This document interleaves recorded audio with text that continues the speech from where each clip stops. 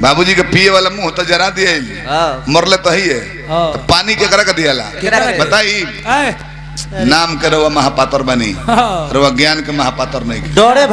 डरे भागल बारे जरा के नहीं के बैठी सही डरे अब तो जकरा के मान दिया ओकर के मान लेनु जाई तब का मान के ढाए वाला काम छतरी तो करी ना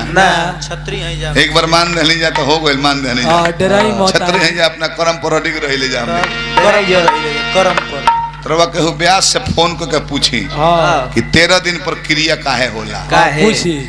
अच्छा 5 हाथ के लोगी काहे लियाला ई हो 10 दिन काहे पानी दियाला छित जल पावक गगन समीरा पंच तत्व अति अधम शरीरा अधम कहल वैसे कि अधम हइए हई एकरा जे नहीं निमन लगी नहीं घूम जला से अधम कहल 5 तत्व से बनल बा 5 हाथ के लोगी लियाला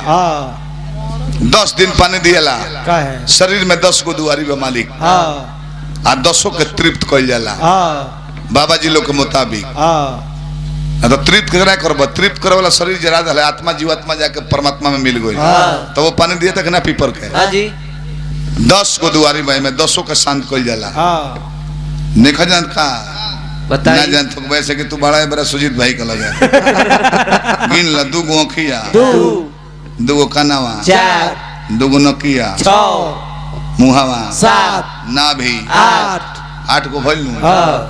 2 गो बतावे को परिक्रमा सब जानत नहीं जानत हो खो 2 घंटा बाद ओकर बेरा हो जाई एगो रेडिएटर है एगो चैम्बर ऑफ कॉमर्स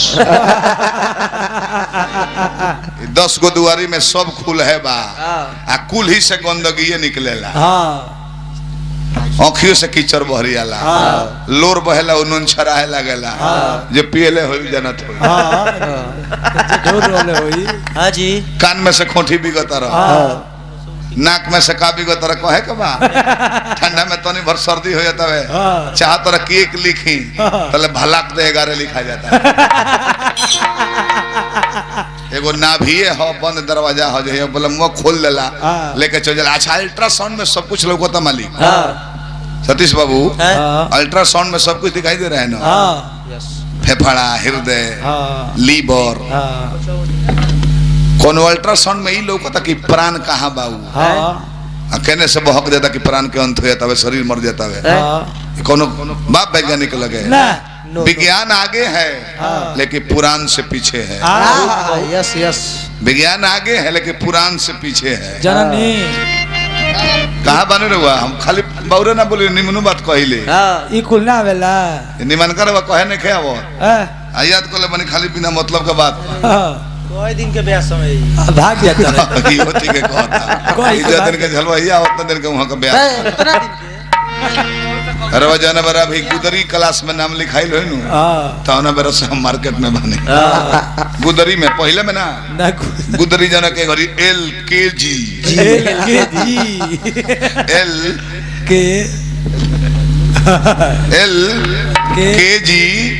माने कुछ का ज्ञान नहीं है केजी भाई जा जे एल के ले ले तो है गुदरी क्लास में नाम लिखाला ओकरा बाद वाला यू माने तुम केजी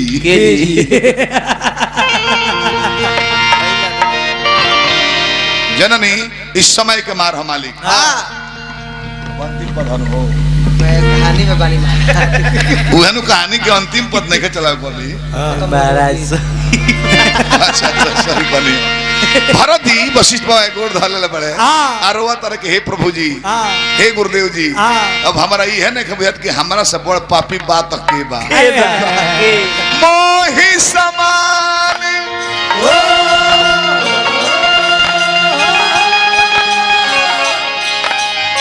को पापु निवासु जेहि लगी सिया राम बनवासु बताइए गुरुदेव जी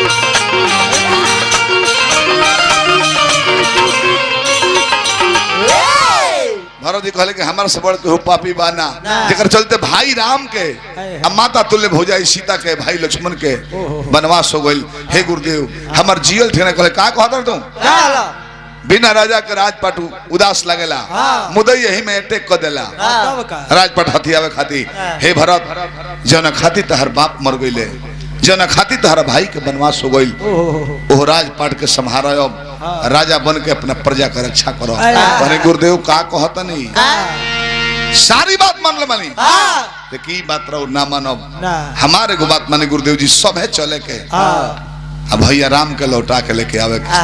श्राद्ध संस्कार कइला के बाद राजा ना बन के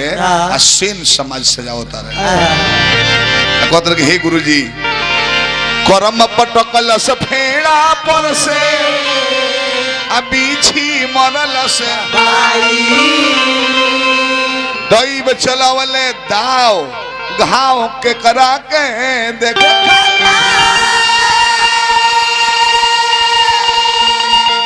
लोग को ही राजपाट लेला के बाद रूगी हेनु कहे कि ढोंग कइले भाई लोग को ही कि ढोंग करत बा आ जगवा हंसी उड़ाई मोर पीर रघुवीर बिना अब केहुओ ना पड़ी विप्र वृंद के आगे कोई के श्री गुरु चरण मनाई सोचत मन में चलले बन में सेन समाज बाकी अटल अनुराग ए लहरी गई तरी जी करी साचे सुनाई सबका के दिहए विधना भरते जई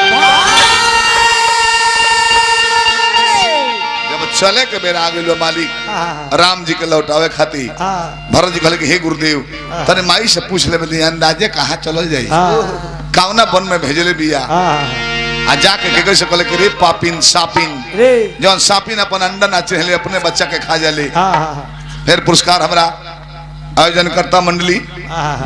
सतीश भैया के तरफ से आई हार्दिक शुभकामना करते हैं समूची के आत्मा का शांति मिले यह शुभकामना करो अपना महतारी के रउआ फुहर बोल देब तो गांव का मुखिया सरपंच लोग गरमा जाई को गलती पर बोला था अब भरत जी अपना माइये के ना नानी लेके गाड़ी दिल लेके जैसन जामल हवे जाओ ना के वो अपना मर्द के पत्थर बनाओ पर तैयार रहे जाए कहल करे सापिनी इतने बता दे तोर से कुछ कहत नहीं कि हम